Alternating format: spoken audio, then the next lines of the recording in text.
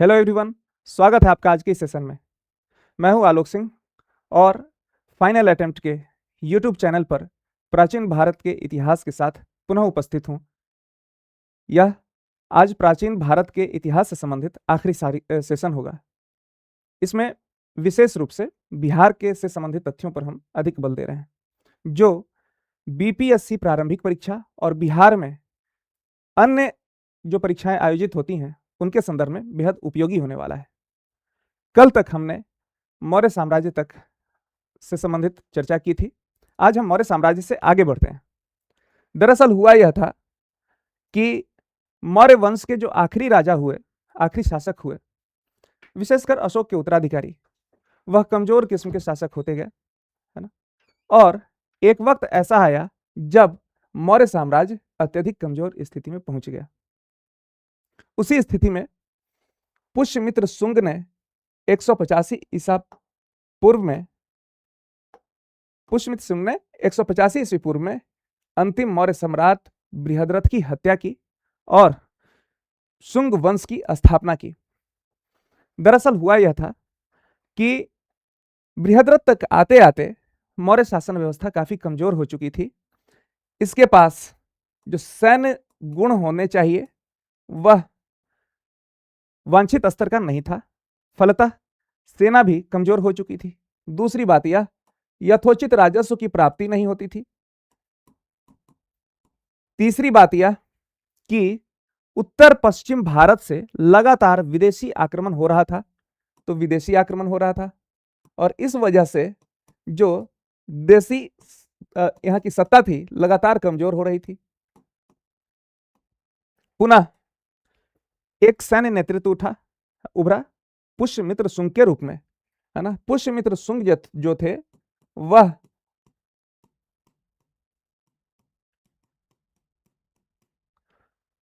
बृहद्रथ के सैन्य कमांडर थे, है ना। पाटलिपुत्र में एक सैन्य निरीक्षण के दरमियान बृहद्रथ की हत्या कर दी जाती है और जब यह हत्या होती है पुष्यमित्र शुंग के द्वारा तो किसी के द्वारा विरोध नहीं किया जाता है। एक और तथ्य मैं बोलना भूल गया, वह यह था कि उस वक्त तक शासन के द्वारा मुख्य रूप से बौद्ध धर्म को प्रश्रय दिया जा रहा था, प्रोत्साहन दिया जा रहा था और इस वजह से जो ब्राह्मण धर्मावलंबी थे वह खुद को उपेक्षित महसूस कर रहे थे और उनमें व्यापक असंतोष का भाव था। इन सभी कारकों ने मिलकर मौर्य साम्राज्य की जड़ें कमजोर की और उस पर अंतिम प्रहार एक प्रकार से बृहद्रथ ने करने का कार्य किया। बृहद्रथ ने अपनी प्रारंभिक राजधानी तो यहां बनाई, पाटलिपुत्र में ही बनाई, लेकिन बाद में मध्य प्रदेश में अवस्थित जो विदिशा है उनका प्रमुख प्रशासनिक केंद्र बन गया। इसके पश्चात उसने 2 अश्वमेध यज्ञ भी करवाया था जिसके पुरोहित पतंजलि थे, है ना। शुंग काल में संस्कृत भाषा का पुनरुत्थान हुआ। संस्कृत भाषा का पुनरुत्थान आखिर क्यों हुआ? दरअसल मौर्य काल में मुख्य रूप से बौद्धों की जो भाषा थी पाली प्राकृत ओग्र को ही प्रोत्साहन दिया जा रहा था। साहित्य की सर्जना भी इसी भाषा में की जा रही थी, परंतु जब ब्राह्मण धर्म का पुनरुत्थान हुआ तब ब्राह्मणों की जो एक भाषा थी संस्कृत भाषा वह केंद्र में आ गई और इसी काल में मनुस्मृति को अंतिम रूप प्रदान किया गया, है ना। इसमें वैदिक धर्म का पुनर्जीवन था एक प्रकार से और देश को आंतरिक संकटों से रक्षा करने का श्रेय लेते हुए पुष्यमित्र शुंग ने सेनानी की उपाधि धारण की, है ना। पुष्यमित्र शुंग ने बौद्ध धर्मावलंबियों पर काफी अत्याचार किया। यह धार्मिक रूप से सहिष्णु व्यक्ति नहीं था, परंतु यह भी कहा जाता है कि उसने कुछ बौद्धों को भी अपना मंत्री बनाया था, है ना। विदिशा का महत्व इस कालखंड में बढ़ा था क्योंकि उनकी प्रशासनिक राजधानी कालांतर में यह बन गई थी। दूसरी बात यह कि इस काल में स्तूप निर्माण के क्षेत्र में पत्थरों का प्रयोग प्रारंभ हुआ। शुंग कालीन जो प्रमुख शिल्प है वह भरूच का स्तूप है, विदिशा का गरुड़ ध्वज है, भाजा का चैत्य और विहार है, अजंता का 9वां चैत्य मंदिर और मथुरा की यक्ष यक्षिणी की जो मूर्तियां हैं, है ना, वह इसी कालखंड से संबंधित हैं। यह प्रश्न पूछे जा सकते हैं, ध्यान रखिएगा, है ना। तो इसके साथ साथ पुष्यमित्र शुंग ने अपने साम्राज्य का विस्तार किया। उसका जो साम्राज्य था उत्तर में हिमालय से लेकर दक्षिण में बरार तक और पंजाब से लेकर मगध तक विस्तृत था। बहुत बड़े क्षेत्र में इसका साम्राज्य विस्तृत था, है ना। उसका पुत्र था अग्निमित्र, पुष्यमित्र शुंग का पुत्र अग्निमित्र। अग्निमित्र ने विदिशा और यूनानियों पर विजय प्राप्त की। मालविका निगमित्रम जो पुस्तक है कालिदास की, वह अग्निमित्र से ही संबंधित है। अग्निमित्र और मालविका की प्रेम कहानी है। इसी क्रम में कुछ विजयों का भी उल्लेख किया गया है, जिसमें विदिशा और यूनानियों पर विजय का भी उल्लेख है ना। शुंग वंश के कुछ प्रमुख शासकों की सूची दी गई है, जिसमें अग्निमित्र, वसुज्येष्ठ, वसुमित्र, भद्रक, भागवत, देवभूमि आदि हैं। तथ्य हैं, बहुत ज्यादा जो है एग्जामिनेशन के दृष्टिकोण से महत्वपूर्ण नहीं है ना। शुंग वंश का जो अंतिम शासक था देवभूति, बेहद विलासी था। विलासी था तो कमजोर भी हो गया, और जब कमजोर हुआ तो उसी के अमात्य वासुदेव ने उसकी हत्या कर दी, और फिर कण्व वंश की नींव उसने डाली, है ना। इस तरह से विलासिता लोगों को कमजोर करती है, उनका सैनिक कौशल कमजोर होता है, हमने इतिहास के संदर्भ में देखा, और फिर से एक प्रकार से अपने राजपाट को भी वो गंवा बैठते हैं। चलते हैं आगे।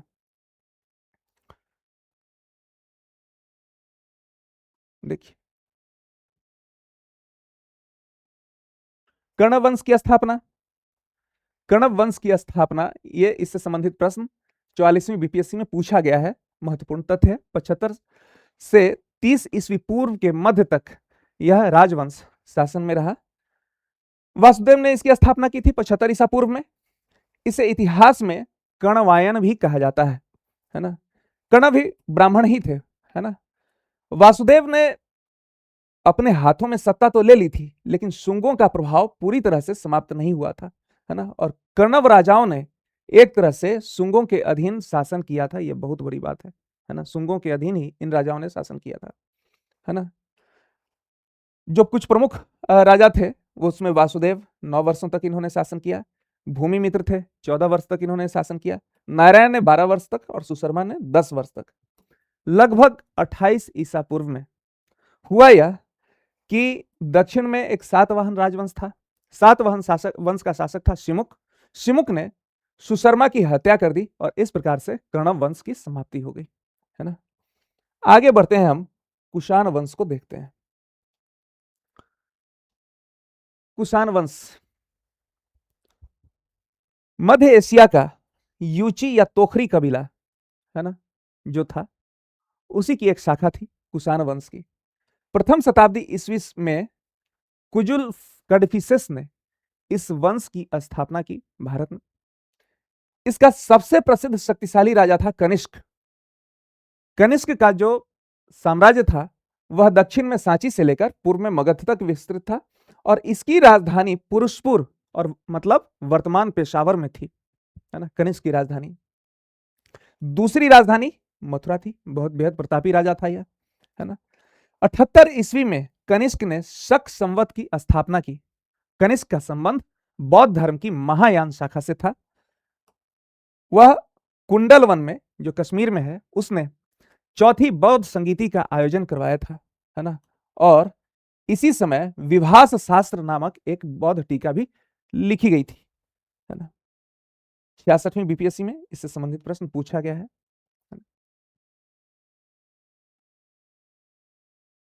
जब शासन स्थिर हो ना, और शासक दूरदर्शी हो, तो कला और व्यापार वगैरह के क्षेत्र में जितने भी रचनात्मक क्षेत्र होते हैं उसमें वृद्धि होती है, आर्थिक क्रियाओं में बढ़ोतरी होती है। ठीक यही हुआ कनिष्क के साथ।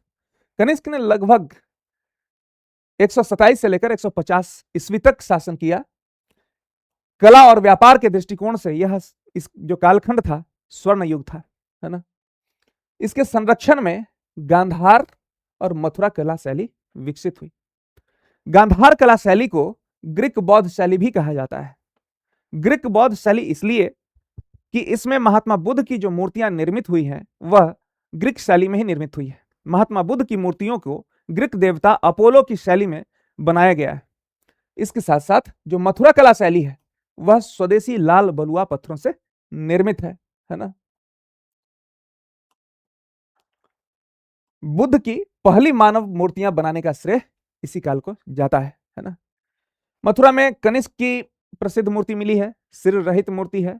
लंबा चोंगा इसमें पहन रखा है, भारी भरकम जूते हैं, है ना, यह चीज। सिल्क रूट के पर नियंत्रण का श्रेय कनिष्क को जाता है।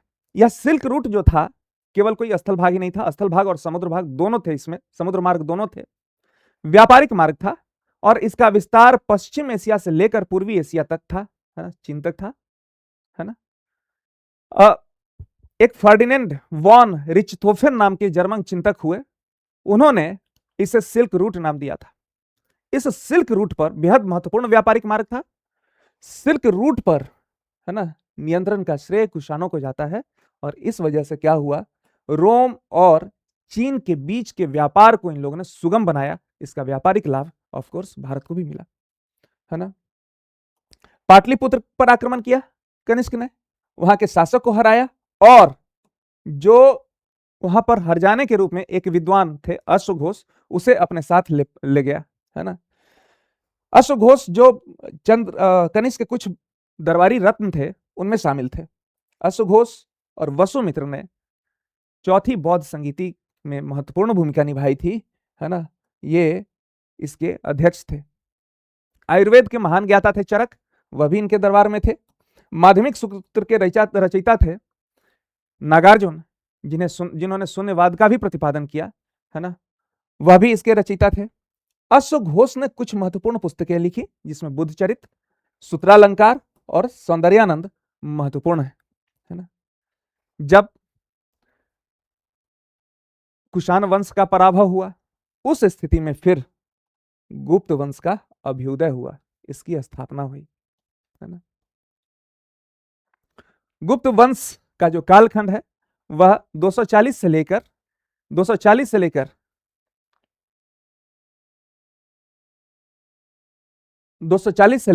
550 ईस्वी तक है। गुप्त वंश की स्थापना श्रीगुप्त ने की थी। गुप्त वंश की स्थापना श्रीगुप्त ने 275 ईस्वी में की थी, लेकिन इसका वास्तविक संस्थापक चंद्रगुप्त प्रथम को माना जाता है, जिसने महाराजा धीराज की उपाधि धारण की। चंद्रगुप्त प्रथम के शासनकाल को भारतीय इतिहास का स्वर्ण काल कहा गया है ना। चंद्रगुप्त ने लिच्छवी की राजकुमारी थी कुमार देवी, उससे विवाह किया और गुप्त साम्राज्य का विस्तार किया, उसका सुदृढ़ीकरण किया, है ना। जब कुमार देवी से इनका विवाह हुआ तो इन्होंने एक सिक्का जारी करवाया, है ना, जिसमें कुमार देवी के साथ था लिच्छवय अंकित था, है ना। इसके अलावा इन्होंने चांदी के सिक्कों का बड़ी मात्रा में प्रचलन करवाया और फिर अपनी आर्थिक स्थिति को सुदृढ़ की। कौशांबी और कौशल जैसे राज्यों को जीता और अपने साम्राज्य में मिलाया। चंद्रगुप्त प्रथम ने अपने राज्यारोहण के उपलक्ष्य में गुप्त संवत की शुरुआत की। गुप्त संवत 319 से लेकर 320 ईस्वी के संदर्भ में है ना। अब इन्होंने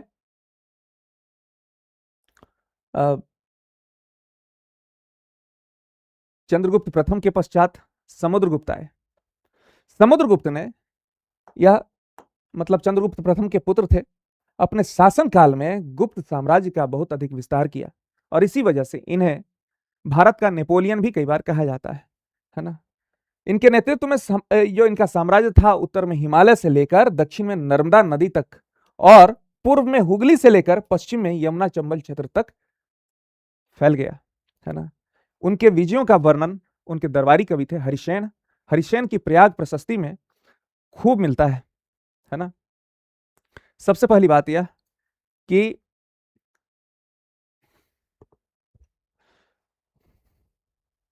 आगे हम कुछ तथ्यों को देखें इनसे संबंधित।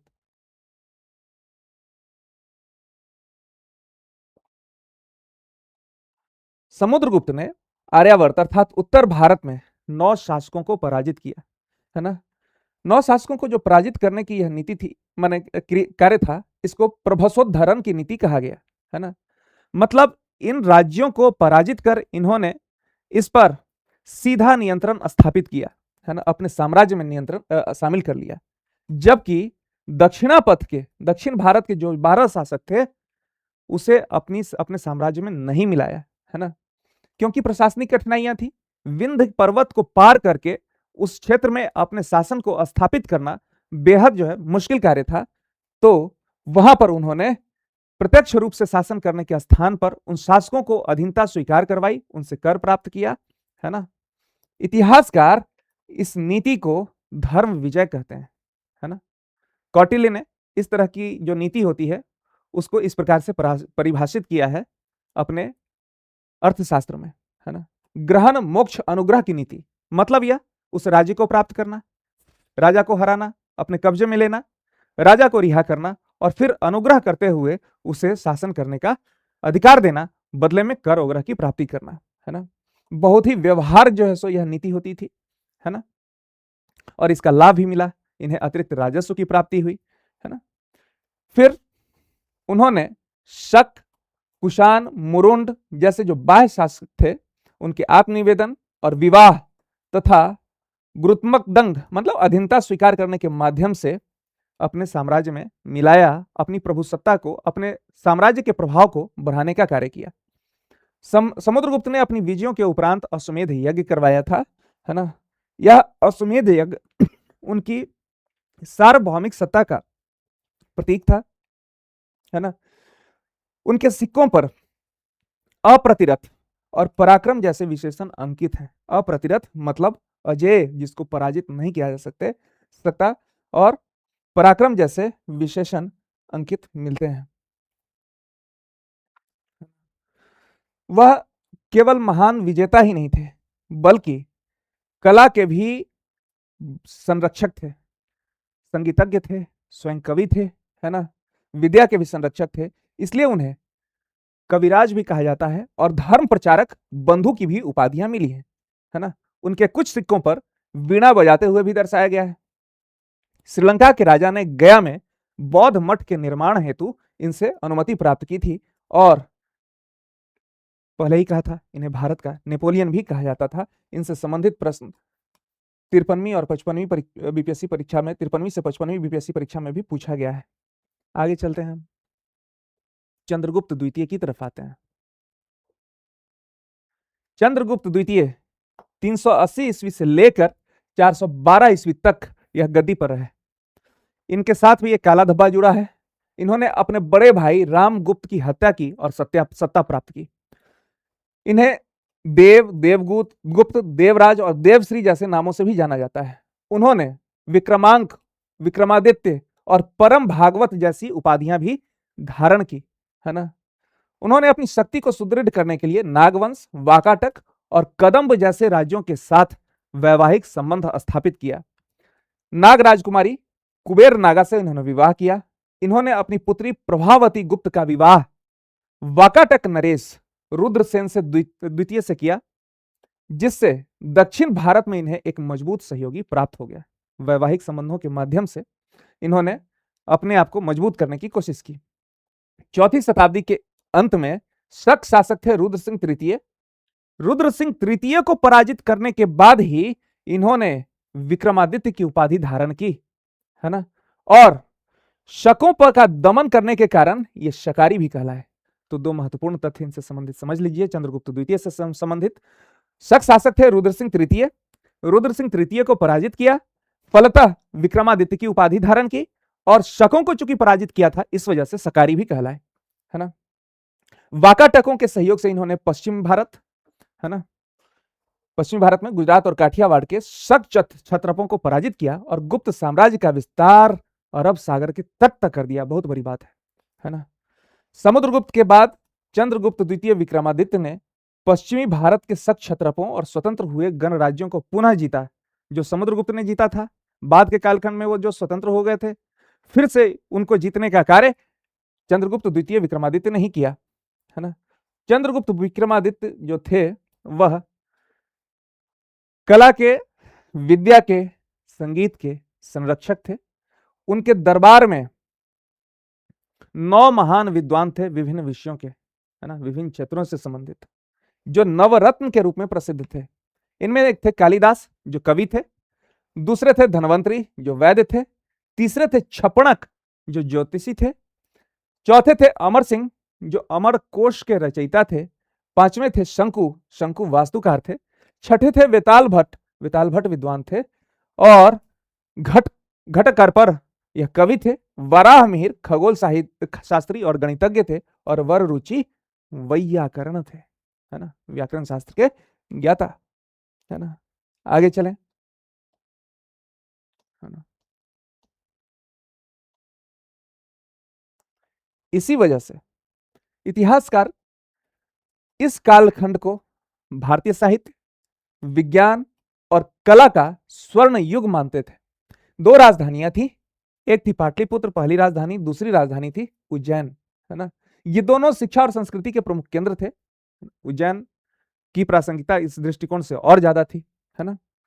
शक मुद्राओं की तरह इन्होंने चांदी के सिक्के उत्कीर्ण करवाए, जिसमें व्याघ्र सिक्के भी शामिल थे। इनके कालखंड में ही चीनी यात्री फाहियान आया, 319 से 99 से लेकर 414 ईस्वी तक वह रहा, है ना। उसने अपनी यात्राओं का विस्तृत वर्णन फुकुओकी में किया, है ना। अपनी यात्रा के दौरान यह पाटलिपुत्र, गया, वाराणसी और मथुरा जैसे तीर्थस्थलों पर गया, है ना। जब चंद्रगुप्त द्वितीय विक्रमादित्य के पश्चात उनके पुत्र थे कुमारगुप्त प्रथम, वह सिंहासन पर बैठे। इन्होंने अपने साम्राज्य में शांति और सुव्यवस्था स्थापित की, ना। प्रगति के लिए कभी भी यह बेहद अनिवार्य शर्त होती है कि जीवन में शांति हो, सुव्यवस्था हो, अनावश्यक किसी से न भिड़ा जाए। बहरहाल हम आगे बढ़े, है ना। देखिए, कुमारगुप्त महेंद्रादित्य को, कुमारगुप्त महेंद्रादित्य का जो कालखंड था 415 से लेकर 455 ईस्वी तक, है ना। कुमारगुप्त ने चंद्रगुप्त द्वितीय के बाद गुप्त साम्राज्य की बागडोर संभाली। कुमारगुप्त ने चंद्रगुप्त द्वितीय के बाद गुप्त साम्राज्य की बागडोर संभाली। वह चंद्रगुप्त द्वितीय और ध्रुव देवी का बड़ा पुत्र था, उसका छोटा भाई था गोविंदगुप्त, है ना। कुमारगुप्त ने महेंद्रादित्य, श्री महेंद्र, अश्वमेध महेंद्र जैसी उपाधियां धारण की। हालांकि यह वैष्णव धर्म के अनुयायी थे, लेकिन अन्य धर्मों, मतों, पंथों के प्रति भी सहिष्णु थे, इनमें कट्टरता का भाव नहीं था, है ना। इनके शासनकाल में सर्वाधिक अभिलेख जारी किए गए, है ना। बिलसठ अभिलेख जो था वह उनके काल का सबसे पुराना अभिलेख है, जबकि मंदसौर अभिलेख जिसकी रचना वत्सभट्ट ने की थी, यह उनके सुव्यवस्थित प्रशासन का विस्तृत ब्यौरा प्रदान करता है ना। इसमें गुप्त वंशावली का भी उल्लेख है और रेशम बुनकरों की श्रेणियों का भी उल्लेख किया गया है ना। कुमारगुप्त के शासनकाल में विशेषकर पश्चिमी भारत की विजय के बाद मध्य भारत में चांदी के सिक्कों का चलन प्रारंभ हुआ। इन पर मोर का अंकन था। मोर प्रतीक होता है साम्राज्य की समृद्धि का और शक्ति का, है ना। पहले जो था गुप्त साम्राज्य के सिक्कों को देखिए, तथ्यों को रिलेट करके पढ़िएगा, ज्यादा अच्छा रहेगा, है ना। याद करने में सहूलियत रहेगी और परीक्षा में गलतियों की आशंका कम रहेगी। देखिए, इनके काल में सिक्कों पर मयूर का अंकन किया जाने लगा। मयूर प्रतीक था समृद्धि का। इससे पहले जो सिक्कों पर अंकन होता था वह गरुड़ का होता था, है ना। तो कुमारगुप्त महेंद्रादित्य के कालखंड में यहां पर गरुड़ का के स्थान पर मयूर का प्रयोग होने लगा, है ना। यह गुप्त वंश के विस्तार को दर्शाने वाली बात थी, है ना। फिर आगे चलें। कुमारगुप्त ने एक काम जो बहुत महत्वपूर्ण किया और वह था नालंदा विश्वविद्यालय की स्थापना, और इससे संबंधित तथ्य कई बार बीपीएससी प्रारंभिक परीक्षा में पूछे जा चुके हैं, है ना। इसे ऑक्सफोर्ड ऑफ महायान, बौद्ध धर्म की महायान शाखा का ऑक्सफोर्ड भी कहा जाता है ना। पुष्यमित्रों के अंतिम आक्रमण को रोकने के लिए इन्होंने अपने पुत्र स्कंदगुप्त को भेजा, है ना, जिसने उन्हें पराजित कर, है ना, अपने साम्राज्य की सुरक्षा सुनिश्चित की, है ना। अब आइए, स्कंदगुप्त से संबंधित जयशंकर प्रसाद ने स्कंदगुप्त नाटक भी लिखा है ना। कुछ ऐतिहासिक तथ्य हैं, कुछ कल्पनाओं का उपयोग किया गया है। जो कल्पनाएं भी हैं वह भी उसमें संभावना की कैटेगरी में आते हैं। कभी अगर पढ़ने की इच्छा हो, भले ही आपका विषय हिंदी नहीं हो, तभी आप पढ़ सकते हैं। प्राचीन भारत के इतिहास के संदर्भ, इतिहास की एक झलक वहां से मिलेगी, उस विशेष कालखंड की झलक मिलेगी। देखिए, स्कंदगुप्त का जो कालखंड था वह स्कंदगुप्त का कालखंड 455 से लेकर 467 ईस्वी था। कुमारगुप्त प्रथम की मृत्यु हुई, उसके बाद इसने स्कंदगुप्त ने शासन संभाला, 12 वर्षों तक शासन किया। स्कंदगुप्त ने विक्रमादित्य, क्रमादित्य, महेंद्र सेन जैसी उपाधियां धारण की। वह प्रजावत्सल व्यक्ति थे, मतलब जनता के हित की बात सोचते थे, उसके कल्याण की बात सोचते थे, है ना, उसके सुख दुख की गहरी चिंता थी, है ना। अपने प्रशासन की राजधानी, अपने प्रशासन को बहुत सुचारू रूप से चलाने के लिए इन्होंने राजधानी को अयोध्या स्थानांतरित किया। बहुत इंपॉर्टेंट तथ्य है ना, उलझाने के लिए पूछ सकता है। अगर पाटलिपुत्र और उज्जैन को ही हम गुप्त धर्म से वंश से केवल रिलेट कर रहे हैं, है ना, तो यहाँ गच्चा खाने की आशंका रहेगी कि दे स्कंदगुप्त की राजधानी कहाँ थी उस स्थिति में। तो स्कंदगुप्त ने अपनी राजधानी अयोध्या स्थानांतरित की, है ना। गिरनार पर्वत पर जो सुदर्शन झील था, है ना, उसका पुनरुद्धार इन्होंने करवाया, है ना, मौर्य काल में निर्मित था यह, है। अशोक और रुद्रदामन ने भी इसकी मरम्मत करवाई थी। झील का पुनर्निर्माण स्कंदगुप्त के ही आदेश पर, जो सौराष्ट्र के गवर्नर थे इनके, स्कंदगुप्त के नाम था पर्णदत्त, पर्णदत्त ने के पुत्र चक्रपालित ने करवाया था, और चक्रपालित ने यहां पर विष्णु मंदिर का भी निर्माण करवाया था, है ना। ठीक है, चले अब हम आगे बढ़े। स्कंदगुप्त के समय में ही, है ना, हूणों का पहला आक्रमण हुआ। हूणों को मलेच्छ कहा जाता था, है ना। स्कंदगुप्त ने इस आक्रमण को रोका और गुप्त साम्राज्य तथा भारतीय संस्कृति की रक्षा की। विदेश नीति भी इनकी सूझबूझ भरी थी, और इसी के तहत इन्होंने 466 ईस्वी में चीन के सम्राट के दरबार में अपना राजदूत भेजा था, और चीन और इनके साम्राज्य के बीच मैत्रीपूर्ण संबंध स्थापित हुए थे। गुप्त वंश के अंतिम शासक भानुगुप्त माने जाते हैं, है ना। इनके समय में एरन अभिलेख, है ना, एरन अभिलेख जो मध्य प्रदेश के सागर जिले में है, एरन अभी वर्तमान मध्य प्रदेश के सागर जिले में, एरन में एक अभिलेख है। यहां पर पहली बार किसी महिला के सती होने का प्रमाण मिलता है। कुमार गुप्त तृतीय के पश्चात, मतलब लगभग 550 वर्षों के पश्चात इनकी मृत्यु, ये गुप्त साम्राज्य का पतन हो गया। स्कंदगुप्त के बाद उनके उत्तराधिकारियों में बुधगुप्त जो था वह सबसे शक्तिशाली था, है ना। बस यहीं तक गुप्त वंश की यात्रा थी।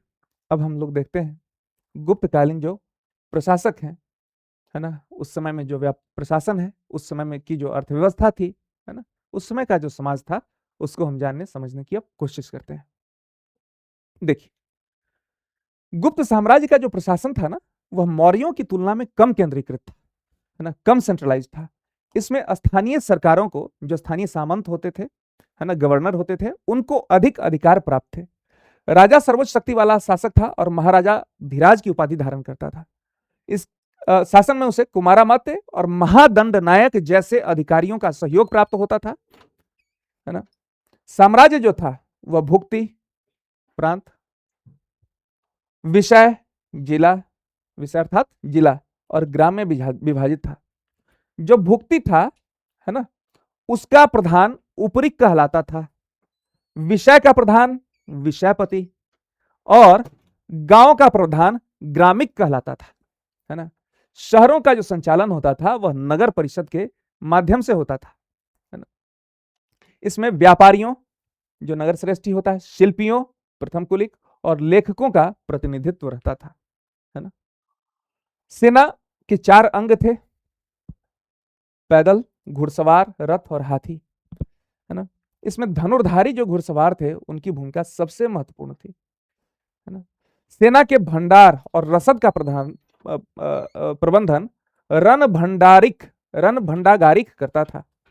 गुप्त काल में पहली बार दीवानी और फौजदारी मामलों को अलग अलग किया गया, ये बहुत बड़ी बात थी, है ना।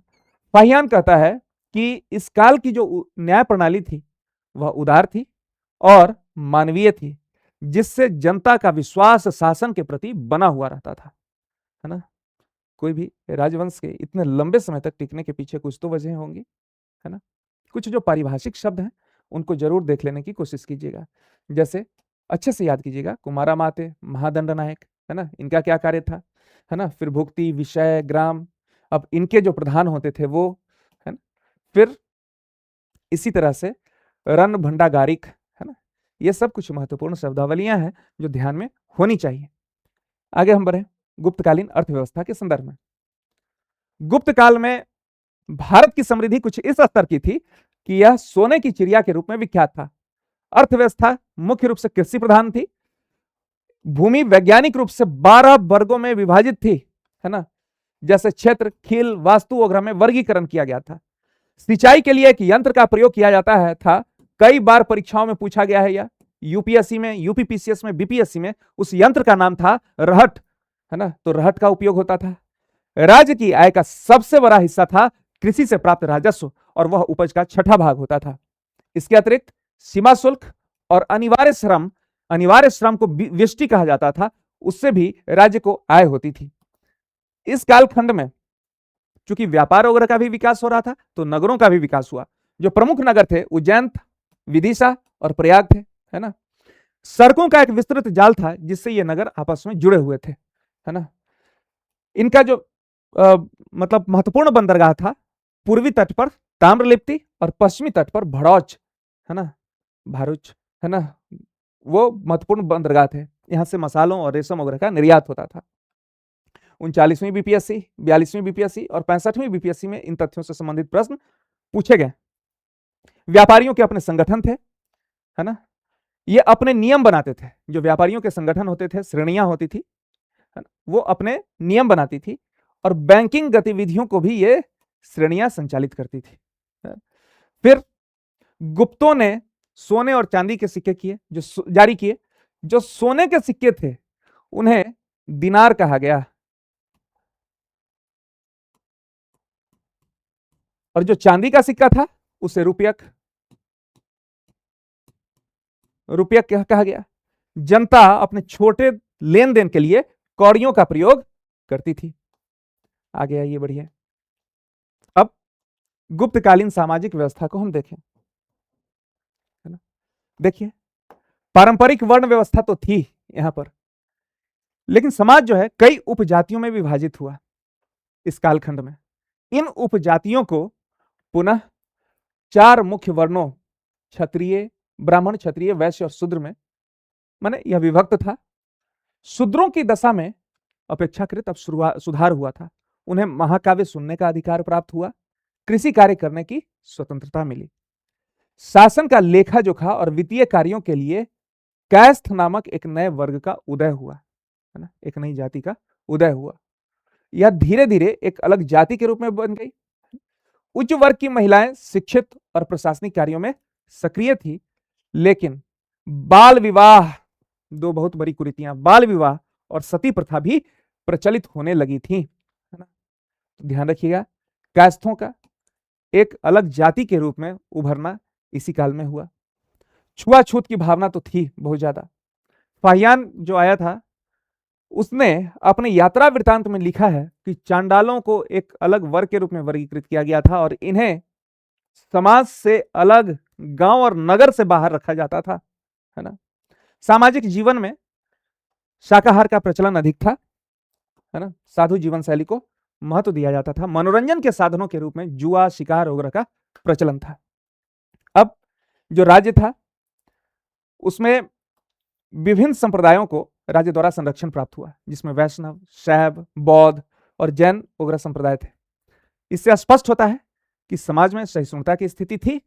जो यह शासक वर्ग था वह भी किसी एक धर्म विशेष के प्रति भेदभाव नहीं रखता था, या पक्षपाती नहीं था, या आग्रहशील नहीं था, है ना।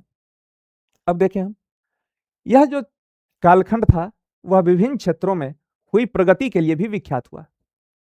मसलन विज्ञान, गणित, साहित्य, चिकित्सा वगैरह के क्षेत्र में बहुत महत्वपूर्ण उपलब्धियां हुई, अद्वितीय प्रगति हुई, है ना।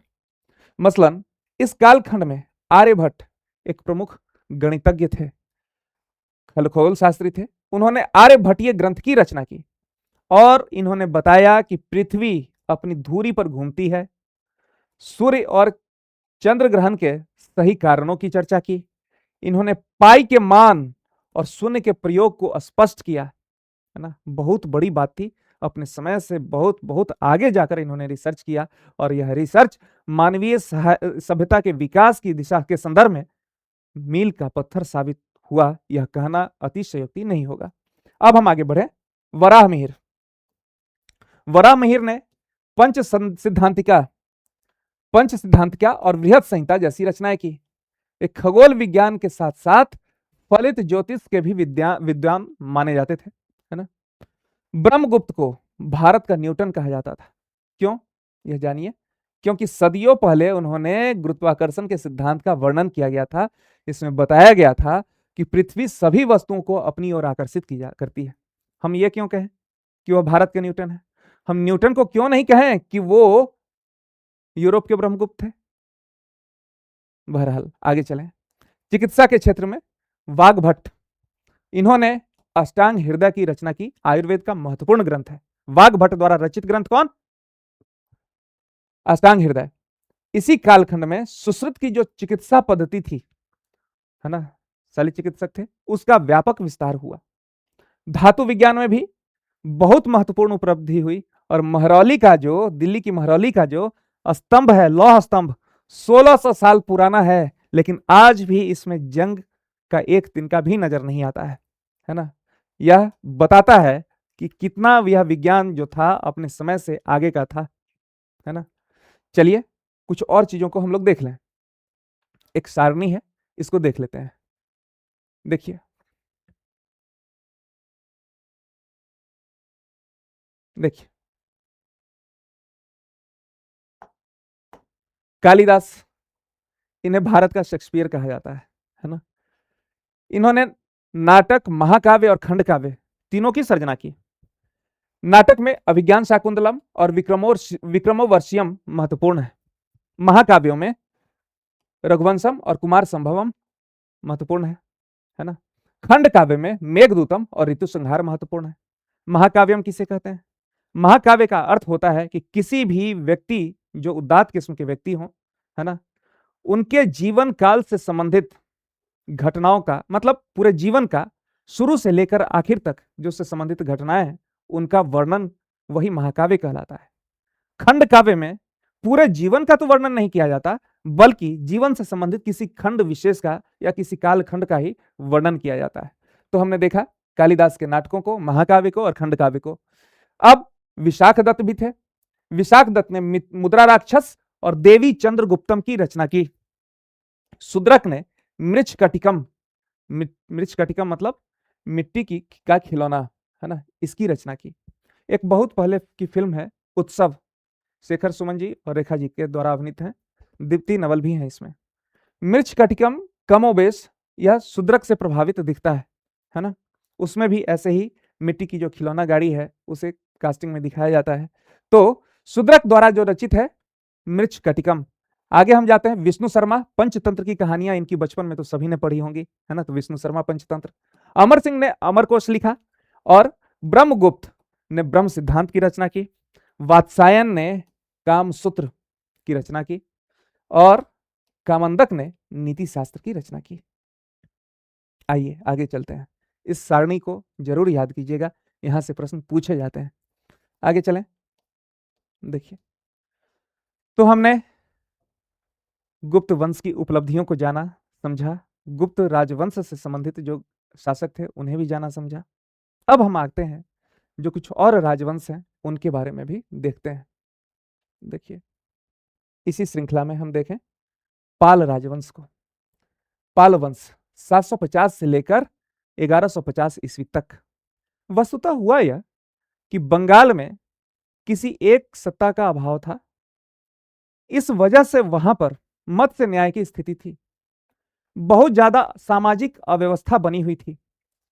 उसी क्रम में कुछ लोगों ने मिलकर गोपाल को शासक अपना नियुक्त किया, निर्वाचित किया, है ना। वहां पर लोग इकट्ठा हुए, है ना, प्रमुख लोग इकट्ठा हुए और उन्होंने गोपाल को शासक निर्वाचित किया। तो यह निर्वाचित शासक थे, ये बौद्ध धर्म के अनुयायी थे, है ना। इन्होंने बिहार में ओदंतपुरी, जो वर्तमान बिहार शरीफ है, में एक प्रसिद्ध मठ या विश्वविद्यालय बनवाया था। 60वीं से 62वीं बीपीएससी में यह प्रश्न पूछा गया है, आगे भी पूछा जा सकता है। गोपाल के बाद उनका पुत्र धर्मपाल 770 से लेकर 810 ईस्वी तक रहा। वह सत्तासीन हुआ और इस समय पाल साम्राज्य अपने चरमोत्कर्ष पर पहुंच गया। इसने कन्नौज पर अधिकार के लिए जो प्रतिहार और राष्ट्रकूटों का संघर्ष चल रहा था, उसमें तीसरा पक्ष बनकर यह कूदा, कौन? धर्मपाल, है ना। त्रिपक्षीय संघर्ष जो हुआ कन्नौज पर अधिकार के लिए, उसमें एक सहभागी यह भी था। धर्मपाल ने कन्नौज के शासक इंदिरा युद्ध को हराया और चक्रा युद्ध को सिंहासन पर बैठाया और यहीं पर इसने उत्तरापथ स्वामी की उपाधि धारण की, है ना। ध्यान रखिएगा, धर्मपाल ने उत्तरापथ स्वामी की उपाधि धारण की कब? जब इसने चक्रा युद्ध को कन्नौज की गद्दी पर बैठाया। धर्मपाल भी बौद्ध धर्म के संरक्षक थे। इन्होंने भागलपुर में विक्रमशिला विश्वविद्यालय की स्थापना की और बांग्लादेश में सोमपुरी विहार की स्थापना की। शिक्षा को बढ़ावा देते हुए नालंदा विश्वविद्यालय के रख रखाव के लिए 200 गांव राजस्व हेतु प्रदान किया। यह इससे संबंधित प्रश्न 43वीं, 60वीं से 62वीं, 68वीं और 69वीं बीपीएससी में पूछा गया है। धर्मपाल कला, संस्कृति और धार्मिक सहिष्णुता का संरक्षक था, है ना। इन्होंने ब्राह्मणों को भूमि दान दी, हिंदू मंदिरों का सम्मान किया और बौद्ध धर्म का प्रचार तिब्बत और दक्षिण पूर्व एशिया तक किया। मतलब धार्मिक रूप से सहिष्णु थे, बहुत बड़ी बात थी यह, है ना। आज के संदर्भ में लोगों को सीखने की जरूरत है। फिर देखें हम देवपाल, इस वंश के जो अगले शासक हुए वो थे देवपाल। देवपाल ने 810 से 850 ईस्वी तक शासन किया। मुंगेर को अपनी राजधानी बनाया। देवपाल ने कहा मुंगेर को अपनी राजधानी बनाया और साम्राज्य का विस्तार प्राग ज्योतिषपुर मतलब असम में, है ना, नेपाल और उड़ीसा तक किया। देवपाल ने नालंदा में विदेशी छात्रों के लिए छात्रावास का निर्माण करवाया और विश्वविद्यालय का प्रमुख वीरदेव को नियुक्त किया, है ना। देवपाल ने जावा में इंडोनेशिया के जो शैलेंद्र वंशी शासक थे बलपुत्र देव, उन बालपुत्र देव को नालंदा में बिहार बनवाने के लिए, बौद्ध विहार बनवाने के लिए 5 गांव दान में दिया, है ना। देवपाल के बाद पाल वंश के शासकों में विग्रहपाल, महिपाल, रामपाल आए, लेकिन ये कमजोर शासक साबित हुए। महिपाल ने कुछ समय तक अपने शासन को बचाए रखने की कोशिश की, लेकिन उसके बाद इसका पतन प्रारंभ हो गया, है ना। तो आज के लिए इतना ही। चैनल को लाइक कीजिए, सब्सक्राइब कीजिए, शेयर कीजिए, इंस्टाग्राम पेज को फॉलो कीजिए ताकि आप लोगों तक सूचनाएं, हमारे वीडियोस पहुंचते रहें।